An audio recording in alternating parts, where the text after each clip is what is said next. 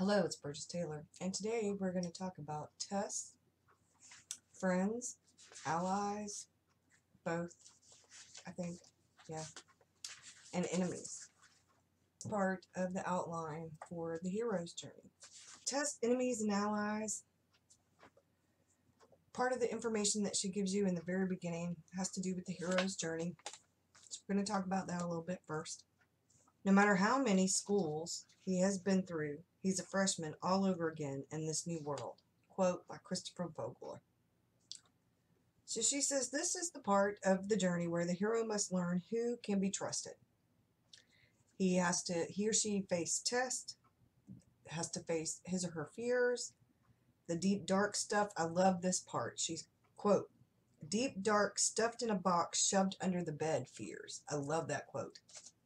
Your hero is going to go toe-to-toe with his or her fears, and the tests are going to reveal who your hero is, who he or she chooses as friends, and shed a whole new light on more of the story, more of the hero.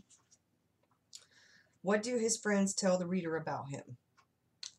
The allies can turn into enemies, turn into allies. I think allies are the sidekicks, but they're also, she says, parental figures or the beauty shop owner, or they can be used for comparison and contrast. And enemies are also mirrors, she says, that reflect how the hero acts with them. She mentions something that I hadn't heard this term, but it makes a lot of sense to me. She talks about a gray character. That's someone the hero wants to trust but doesn't quite trust, and that she says that it lends tension to the story arc. That's very true. And I've read a lot of books where there's that gray character where it's somebody that the hero or one of the somebody important from the story arc. She also says that the hero needs to get ready for the bigger ordeal that's coming, facing the dragon. Our friends who are foes, and that the hero is the only person that can really answer that question, and that answer has to come from within, because the hero has to choose a lot of different things during the story. One of those is who is a friend and who is a foe, and the hero is the one who has to make the choice. That even the hero's friends might at times doubt the hero's commitment to the journey. Also act as a sounding board. She goes on to say that at some point, and this is very true, it's like with Frodo, the hero gets separated from his friends and will be confronted by his enemies or his fears and be tested. Can be confronted. Allies can be found during this period of time where the hero is alone. Tests. So you draw your cards. Now, the first card is the test card. That's the card that first comes up, and I drew the Three of Swords. Look, what do you see when you look at this? Now, I see somebody who's very alone, who's out on a journey or out, and they are alone. I see disappointment, I see pain, I see heartbreak, I see the three swords in the heart. To me, this is significant because I think there are going to be three main things. Different, I don't know. This card is the test or the journey itself. Separation from friends, definitely. Heartbreak over loss of a loved one, someone else, not just the grandmother. Somebody else is going to die. There is what looks like rain and clouds. It's stormy. I think it's going to be a test of courage at some point. Is this laying down by themselves, staring up at the storm, I think is maybe reminiscent of the darkest moment. And I think the darkest moment may be when, when the darkest moment might be when someone dies, someone else dies. And that the next test is the test of courage. But I'm not positive here. So the next card is the Friends card. The Six of Chalices I drew, which has children playing. It looks like it's maybe in a town or inside, right, like on a porch of a home. Maybe it's neighbors. I see little kids. One of the kids is offering one of the other little kids flowers. I see a bunch of flowers out front. Looks like a very homey, safe feeling. The neighborhood, maybe childhood friends. And what I got from this is that the allies, some of the allies are going to be my main character's two childhood friends.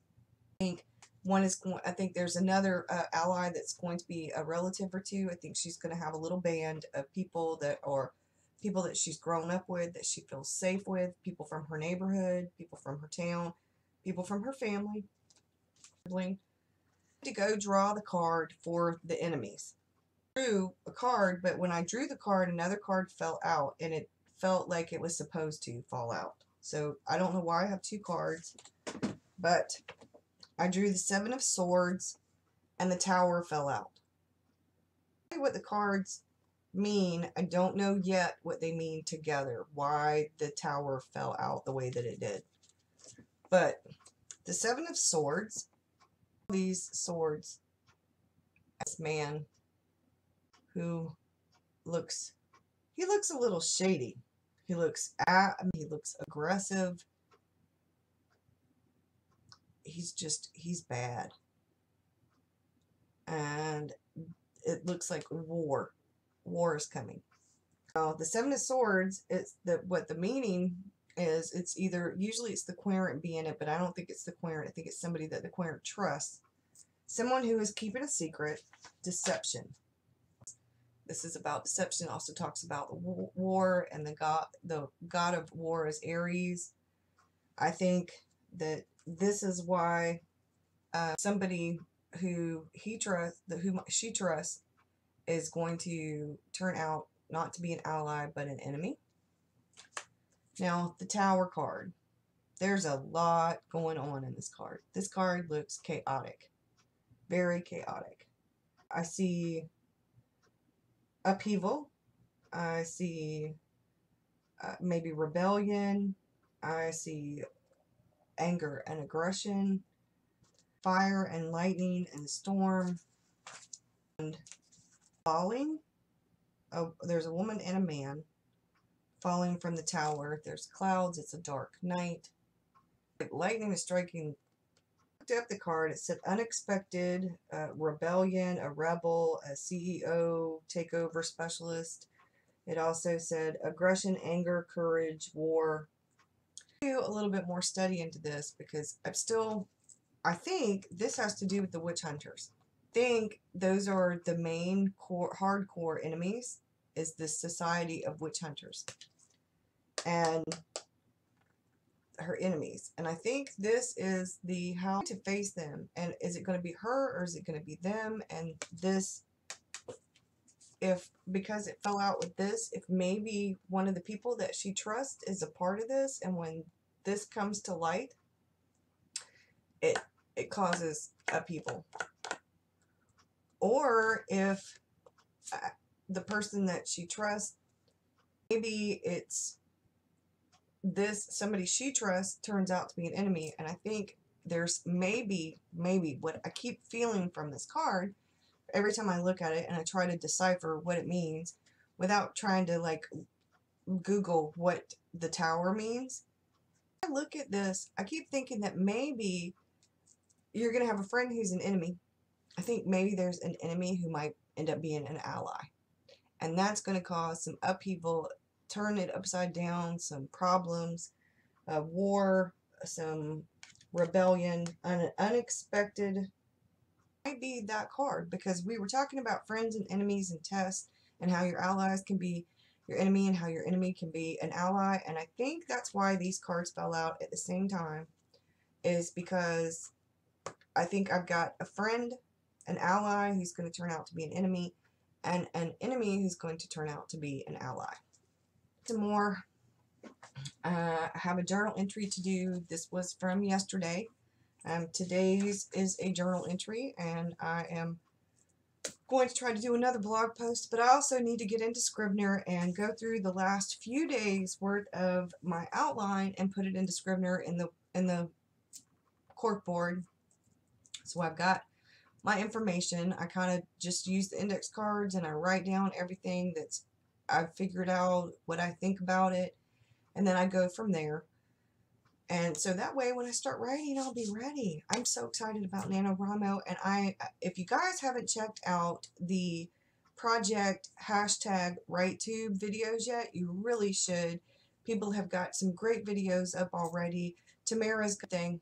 I think all of these writers getting together, and I'm super excited about it, and you should check out Twitter, Facebook, WordPress, Blogger, whatever. Just put in the #WriteTube and see what comes up. And I will see you guys again with another video about some more outlining and preparations for NaNoWriMo. I'm going to quit. Bye.